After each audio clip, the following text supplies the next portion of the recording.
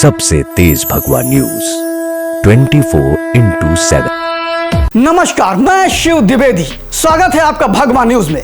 आज हम चर्चा करने जा रहे हैं भारत की राजनीति के नीचता वर्सेस नीचता प्रकरण की। अब आप सोच रहे होंगे नीचता वर्सेस नीचता प्रकरण क्या है। ये मेरे दिए हुए शब्द नहीं है, ये मेरे दिए हुए शब्द नहीं है, इसलिए मैं कह रहा हूं क्योंकि अभी आपने देखा कि आम आदमी पार्टी की एक प्रेस कॉन्फ्रेंस हुई और आम आदमी पार्टी की प्रेस कॉन्फ्रेंस के बाद अगर बात करें तो रेणुका गुप्ता नाम की जो उनकी प्रवक्ता है, उन्होंने अपने ऑफिशियल ट्विटर हैंडल से और खासतौर मीडिया में आकर के जिस प्रकार के बयान दिए वो भारतीय राजनीति के लिए एक नीचता का प्रतीक है, ऐसा विनोद गुप्ता कहते हैं, जो अपने आप को मानवाधिकार कार्यकर्ता कहते हैं। उन्होंने सीधे सीधे उनके ट्वीट पर इस प्रकार की टिप्पणी की।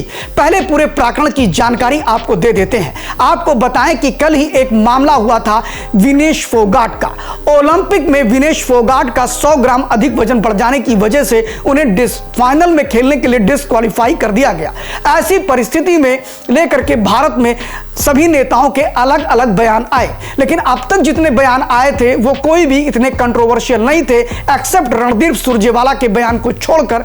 जितने कंट्रोवर्शियल बयान आम आदमी पार्टी की प्रेस कॉन्फ्रेंस में उनकी प्रवक्ता द्वारा दिया गया, जब उन्होंने ट्विटर हैंडल पर यह लिखा कि विनेश फोगाट ने ऐसी शंका जाहिर की थी कि ओलंपिक में जो उनकी टीम जा रही है उसके साथ ब्रजभूषण सिंह के लोग ज्यादा हैं, और इन्हीं के बाद उन्होंने यह भी लिखा कि इसमें एक बड़े षड्यंत्र की बू आ रही है, ऐसा विनेश फोगाट का मानना था। लेकिन यह विनेश फोगाट की तरफ से इस प्रकार के कोई भी स्टेटमेंट नहीं आए। विनेश फोगाट ने सीधे सीधे कहा कि मैं संन्यास ले रही हूं।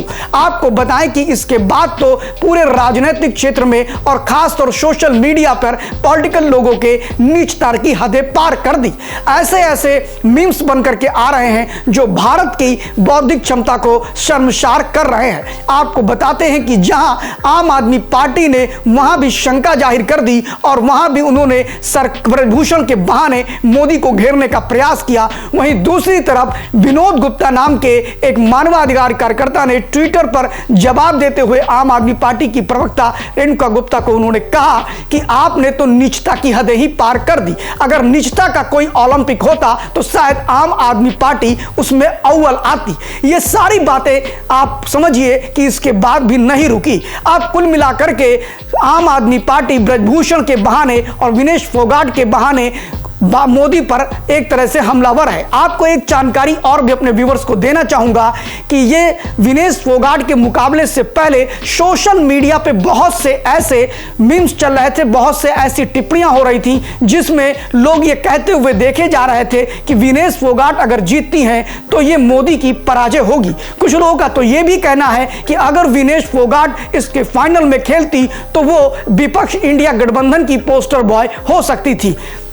लेकिन बात यह है कि इसके बाद भी कई ऐसे मीम्स आ रहे हैं जहां पर विनेश फोगाट को वेटिंग मशीन पर दिखाया जा रहा है और उसमें बटन दबाने वाले की जो छवि है वो कहीं ना कहीं मोदी और ब्रजभूषण को दिखाती है, ऐसा उसमें लगता है। फिलहाल उसमें ऐसा कुछ लिखा नहीं है, लेकिन कुल मिलाकर के दोनों ही तरफ से अगर देखा जाए तो जब ऐसे मीम्स आए तो मोदी के समर्थक भी, या कह सकते हैं कि जो विनेश फोगाट के समर्थक नहीं थे, उन्होंने भी इस तरह के मीम्स बनाने शुरू कर दिए, जो कोई तरह से देखा जाए तो दोनों ही तरफ से नुकसान भारत का है, दोनों ही तरफ से नुकसान विनेश का ही है। और कहेंगे तो भारत के खेल का नुकसान ज्यादा हुआ है, चाहे वो विनेश फोगाट हो, चाहे वो मोदी हो, चाहे इंडिया गठबंधन हो, उनका नुकसान हो तो कम हुआ, लेकिन भारत का नुकसान बहुत बड़ा हुआ। भारत जहां एक गोल्ड मेडल लाने वाला था वहां से वो चूका। फिलहाल अगर बात करते हैं तो विनोद गुप्ता ने अपने उस ट्विटर हैंडल में यह भी कहा कि विनेश फोगाट जो थी, उनके चाचा और उनके मित्र और पहलवान बजरंग पुनिया दोनों ने कहा कि ओलंपिक में बड़े ही कड़े नियम होते हैं और वजन घटाने का कोई भी उपाय नहीं था।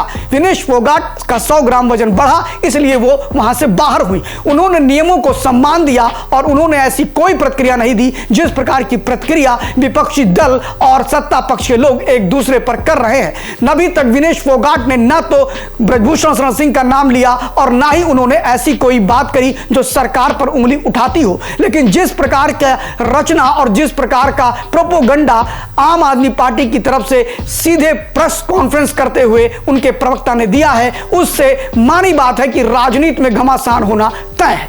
धन्यवाद। देखते रहिए भगवा न्यूज। और अगर मेरा वीडियो पसंद आया हो तो लाइक करिए, सब्सक्राइब करिए, बेल आइकन जरूर दबाइए।